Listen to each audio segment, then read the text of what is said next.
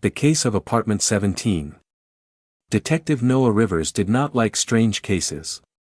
He liked clear ones. Someone took something. Someone hid something. Someone lied. But this time the case was different. A woman from Apartment 17 said that nothing was missing. And that was exactly why she called. "Everything is in its place," she said on the phone. "Then what is the problem?" Noah asked. "I come home," she answered, "and I understand that someone was here." Noah came in the evening. The apartment was neat. Too neat. The books stood straight. The chairs were pushed in. On the table, a cup. Clean.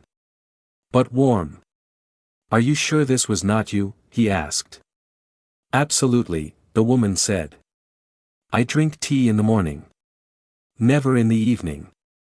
Noah nodded. He walked around the room. The window was closed. The door had no signs of a break-in. "Does anyone else have a key?" "No."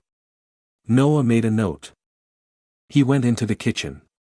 Everything was in its place. Except one thing. The salt was not on the left of the stove, but on the right. "Do you cook often?" he asked. "No," the woman answered. "I almost never cook." Noah nodded again. He went back to the room. He looked at the clock. He looked at the shoes near the door. One pair stood a little differently. "Do you live alone?" "Yes." Noah sighed. "Then I have bad news," he said calmly. "Someone really comes here." "But why?" "To make sure that you are still here." The woman turned pale. "This is not a theft," Noah continued. "It is a habit." He closed his notebook. He looked at the apartment again. "This person does not come like a guest." "When did you first notice these changes?" he asked. 2 weeks ago, the woman answered. "At first I thought I was just tired." "And what exactly was not right?" "Small things. A cup. A book. The salt." Noah nodded. He already knew this. "At the same time?" "Almost. In the evening. After work." Noah looked at the shoes near the door again. "Do you always take off your shoes here?" "Yes." "And do you always put them like this?" "Yes."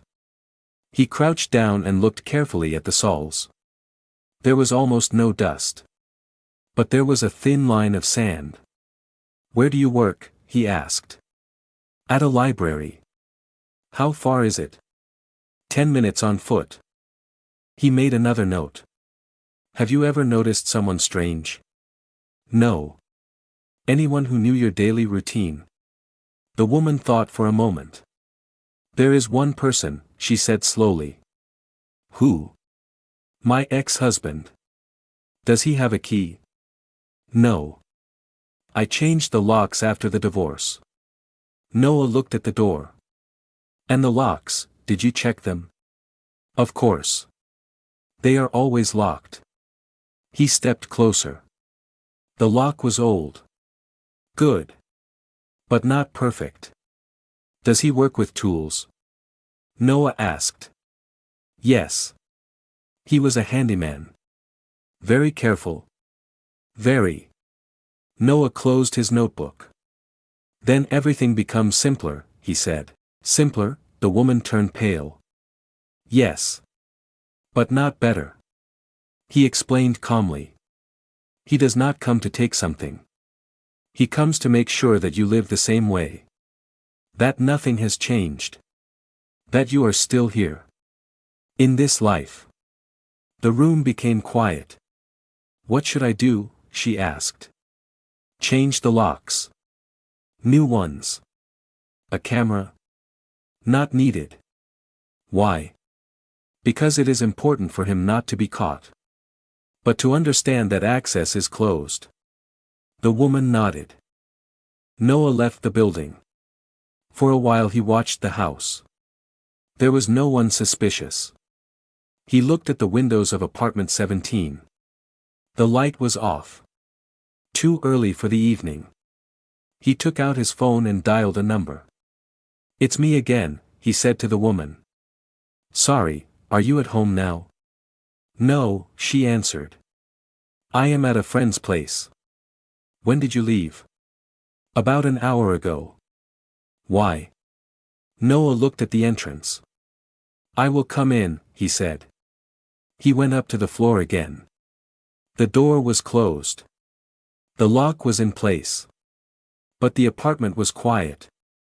Not the kind of quiet when no one is there. He put his ear to the door. Silence. Almost. Noah took out a key. A temporary one the owner gave him to check. He went inside. Nothing had changed in the apartment. But now he knew where to look. He went into the bedroom. He opened the closet. On the back wall there was a thin scratch. It was not there before. He pressed it. The panel moved. Behind it was a narrow passage. Old. From the time when the house was different. Noah exhaled. This explained everything: the cup, the salt, the shoes. Someone was coming not through the door. He went back outside and sat on the steps. After a few minutes a man appeared. Tall. In a dark jacket. He stopped when he saw Noah. "You are not going the right way," the detective said calmly. I just. The man began. "I know," Noah interrupted. "You live here." "No. Not anymore," Noah agreed. The man looked down. "I did not want to take anything," he said. "I know. I just wanted to make sure that everything was, like before." Noah nodded. "That does not work," he said. "I know." They sat in silence. "What were you going to do next?" Noah asked. "Nothing," the man answered. "I thought if I did not touch anything, it did not count." Noah stood up. "It counts," he said. "And you are lucky that I am here, not the police." The man nodded. 2 days later the passage behind the closet was closed. A week later the locks were changed. And 1 month later Noah drove past the house again. In the window of apartment 17 the light was on. One light. Even. Calm. Noah thought that sometimes the strangest cases do not end with punishment. They end when someone finally gets a closed door. The case was closed.